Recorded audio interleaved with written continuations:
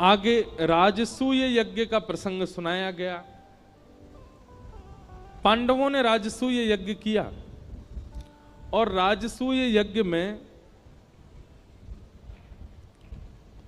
ठाकुर जी को निमंत्रित किया और भगवान को पत्र में ये लिख करके भेजा कि आप अकेले मत आइएगा, कम से कम 20,000 राजाओं को संग लेकर के आइएगा। ठाकुर जी विचार करने लगे 20,000 राजा कहां से लेके जाएं। तभी जरासंध जिसने मथुरा पर चढ़ाई की थी, एक प्रकार से भगवान के नाना लगते हैं जरासंध। क्यों? क्योंकि कंस के ससुर जी हैं जरासंध, तो मामा के ससुर जी भी नाना ही लगते हैं। तो जरासंध ने 20,000 राजकुमारों को बंदी बना रखा है। ये खबर ठाकुर जी को पता चली तो भगवान ने फिर योजना बनाई, पहले जरासंध के यहाँ जाएंगे, वहां से 20,000 राजकुमारों को मुक्त करके फिर जाएंगे यज्ञ में। भगवान अपने साथ अर्जुन और भीम को लेकर के जरासंध के यहां गए। मगध नरेश, बिहार के राजा हैं जरासंध। जरासंध सामान्य नहीं था, 10,000 हाथियों का बल था जरासंध में, जिसको भगवान ने 17 बार हराया और 18वीं बार रण छोड़ करके भगवान द्वारिका भाग गए थे मथुरा से। क्यों भागे थे? क्योंकि जरासंध ब्राह्मणों को अनुष्ठान पर बैठा करके आया था कि अब की बार मैं हारना नहीं चाहिए, यदि हारा तो आप सबको जान से मार दूंगा और यदि जीता तो इतनी दक्षिणा दूंगा कि आप ब्राह्मणों को कभी किसी से मांगना नहीं पड़ेगा। तो ब्राह्मणों के हित के लिए भगवान रण छोड़ करके भाग गए। आज भगवान पुनः जरासंध के यहां जा रहे हैं। रूप बदल करके गए, भेष बदल करके गए अर्जुन, भीम और भगवान।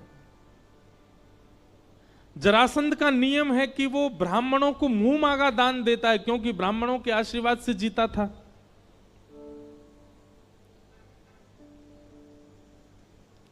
भगवान ब्राह्मण का रूप धारण करके गए।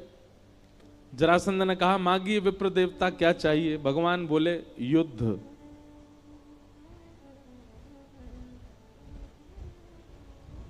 जरासंध बोला, बोले महाराज क्षमा कीजिएगा, ब्राह्मण दुनिया की कोई भी वस्तु मांग सकता है, युद्ध नहीं मांग सकता। और यदि ब्राह्मण युद्ध मांग रहा है तो इसका मतलब वो ब्राह्मण नहीं है, निश्चित ही वंश में कहीं दिक्कत तो है।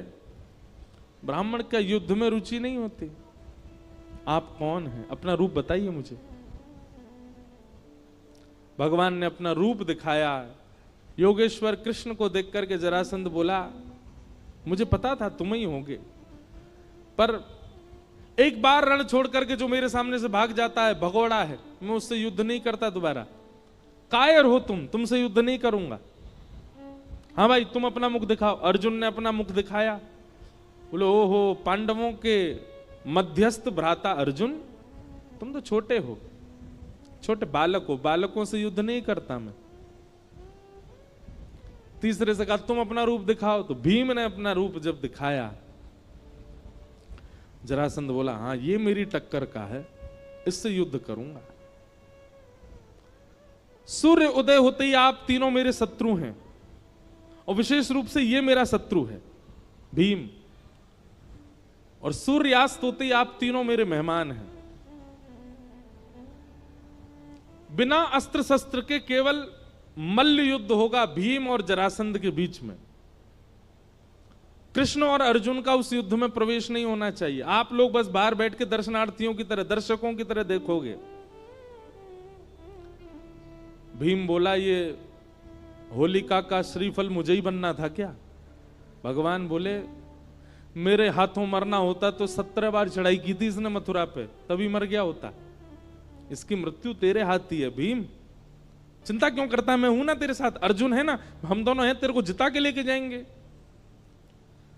रात्रि में सो गए। सुबह सूर्य उदय होते ही दरवाजे खटखटाने लगे। सैनिक बोले, सूर्य उदय होने में कुछ क्षणों की देरी है, युद्ध भूमि में आ जाओ, जरासंध महाराज आने वाले हैं। भीम तैयार होकर के गया। भगवान बोले, चिंता मत कर, तू युद्ध कर, हम बैठे हैं ना। जरासंध सामान्य नहीं था। जैसे ही सामने भीम आया, जरासंध ने एक मुष्टिक प्रहार किया, एक मुष्टिक में ही भीम मूर्छित हो गया, तारे दिख गए उसको, उठ ही नहीं पाया।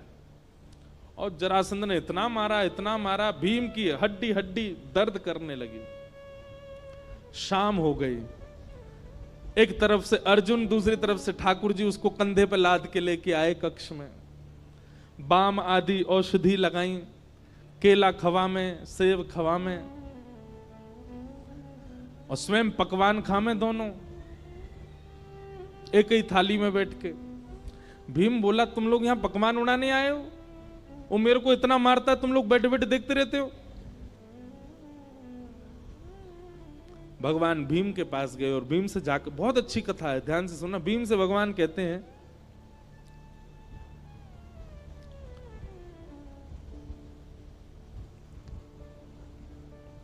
भीम तुम युद्ध करने जाते हो, एक बार भी मेरी ओर नहीं देखते, एक बार तो देखा करो, क्या पता मैं कुछ संकेत बता दूं। अब मेरा तो युद्ध भूमि में प्रवेश नहीं है ना, मैं तो बाहर ही बैठूंगा, मेरी ओर देखा तो करो कभी कभी। भीम बोला, ठीक है देखूंगा। अब इसका आध्यात्मिक अर्थ क्या है? जरासंध है मैं और आप सब जीवात्मा, भीम है मैं और आप सब जीवात्मा, और जरासंध है हमारे कर्म। हम सूर्य उदय होते ही अपने कर्मों से युद्ध प्रारंभ कर देते हैं, हम सबका युद्ध चालू हो जाता है सूर्य उदय होते ही। रात्रि में हम सब लोग विश्राम में रहते हैं, पर हम जैसे लोगों के रात में भी चलते रहते हैं युद्ध, पर एक सामान्य रूप से रात्रि में सब विश्राम में जाते हैं। रात्रि कोई किसी को तंग नहीं करता, कोई कार्य बिगड़ भी जाता है तो हम लोग कहते हैं अभी सो जाओ, सुबह देखते हैं उठ के। हमारा युद्ध ही सूर्योदय के साथ प्रारंभ हो जाता है, संसार के साथ। भगवान कहते हैं इस बीच में कभी कभी मेरी ओर देख लिया करो, मेरी ओर दृष्टि डाल लिया करो। भोपाल में 365 दिन रहिए, लेकिन 7 दिन के लिए यदि कोई ब्रजवासी कथा सुनाने आया है तो आके सुन लिया कीजिए, कोई बुराई नहीं है। समझ में 10 कोई आई है, ताली सबने बजाई है। अब क्या फायदा, अब तो कथा पूरी होने वाली है, अब तो प्रतीक्षा करो, 2 साल बाद आएंगे अब भोपाल, पर उससे पहले हम आसपास तो आएंगे, इंदौर आएंगे, सागर आएंगे, और कहां आएंगे, नर्मदा यात्रा पे भी आएंगे। तो अभी तो 2 साल में तो बहुत कुछ होगा, पर 2 साल बाद जब भोपाल आएंगे तब छुट्टी ले लेना, पहले ही बता देना अपना, जहां भी आप काम करते हो, जहां भी आप लोगों का कार्य है या स्कूल कॉलेज जो भी है, सब जगह बता देना हमको टाइफाइड हो गया है, 7 दिन नहीं आ पाएंगे। ज्यादा नहीं, 7 दिन मांग रहे हैं, 7 दिन तो पूरी कथा को दिया कीजिए, ये बहुत आवश्यक होता है जीवन के लिए। आप सब लोग युद्ध कर रहे हैं अपने कर्मों से, अभी बस ये 1 घंटा बाद आप सबका युद्ध शुरू हो जाएगा, फिर लड़ोगे। 7 दिन जब तक कथा चल रही थी तब तक ये लग रहा था कि थोड़े युद्ध थमे हुए हैं, थोड़ा हमारे जीवन के युद्ध जो हैं, जो इतने ज्यादा आक्रमण भीष्म पितामह की तरह बाणों की सैया पर लेटे रहते हैं हम लोग, लेकिन 7 दिन के लिए थोड़ी राहत लगती है। अभी फिर शुरू हो जाएगा 4-5 बजे से आप सबका वही संसार का सब क्रम। इसलिए जब कभी भी कथा हो, हमारी नहीं किसी की भी हो भोपाल में, अगर अच्छे वक्ता हैं जिनके वचनामृत से कुछ परिवर्तन। अच्छा एक बात और सुनिए, वक्ता के वचन सुनकर के वक्ता नहीं ठाकुर जी प्रिय लगने चाहिए, ऐसी कथाएं सुना करो। हम इस बात पर आपको बार बार टोकेंगे। बिचौलिया से लड़का का गुण सुनो तो लड़का प्रिय लगना चाहिए, बिचौलिया नहीं। पता चली लड़की बिचौलिया के संगी चली गई, वो सुनाने तो आया था कि वो लड़का ऐसा है, उसके काम ऐसे हैं, गुण ऐसे हैं, वो लड़का छोड़ो तुम ही बढ़िया हो, तो दिक्कत हो जाएगी। वक्ता बिचौलिया होता है, उसके प्रति आदर हो, उसके प्रति सम्मान हो, उसके प्रति श्रद्धा हो, उसके प्रति पूजनीय भाव हो, पर प्रीति तो उसकी वाणी से, ठाकुर जी से ही होनी चाहिए, उससे नहीं। कई लोगों की वाणी ऐसी होती है कि उनसे प्रीति हो जाती है, नहीं, गलत है।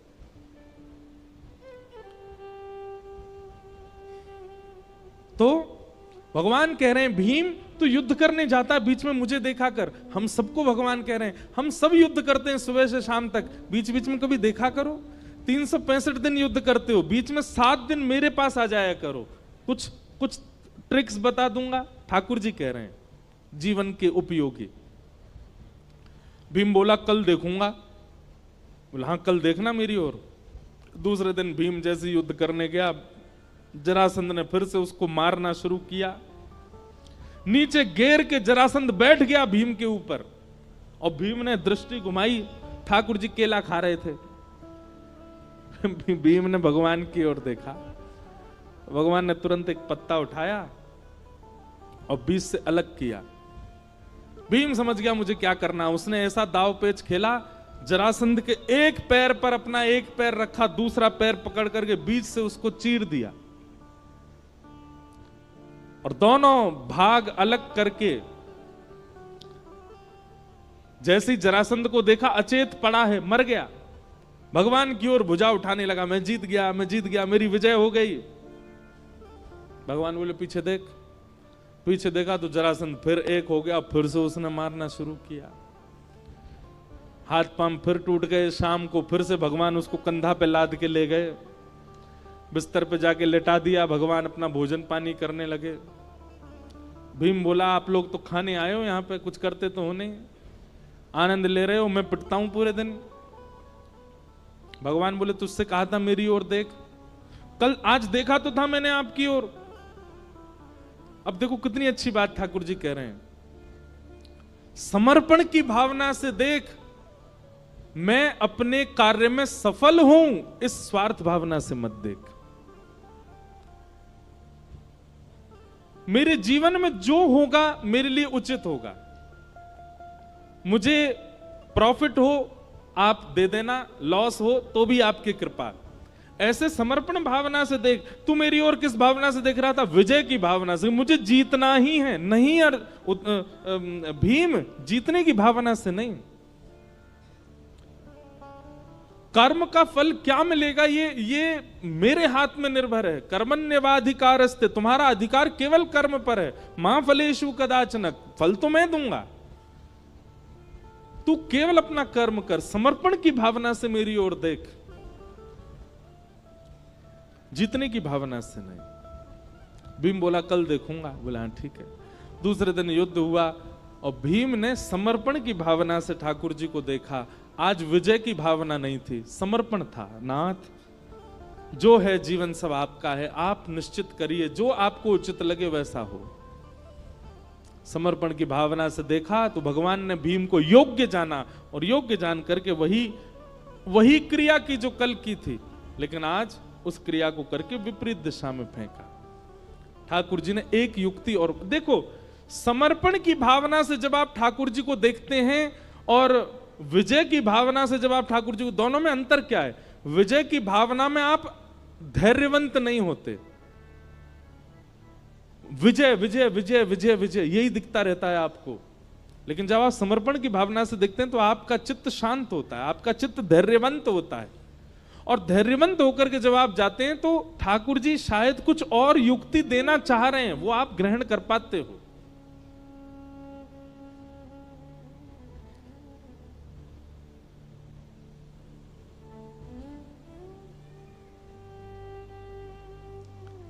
भगवान ने जब भीम को देखा कि आज समर्पण है, तब पत्र बीच से अलग करके विपरीत दिशा में फेंका। भीम को संकेत मिल गया कि करना वही है जो कल किया था, बस बीच से अलग करके छोड़ नहीं देना है, विपरीत दिशा में डालना है ताकि ये एक ना हो सके। तब भीम ने वही दाव पेच खेला, बीच से दुर्योधन जरासंध को अलग करके विपरीत दिशा में फेंका, नहीं एक हो पाया और जरासंध के प्राण निकल गए। तब भगवान को आज प्रणाम किया, बोले नाथ क्षमा करना, कल मुझसे भूल हुई, आज मैंने अपनी भूल सुधारी।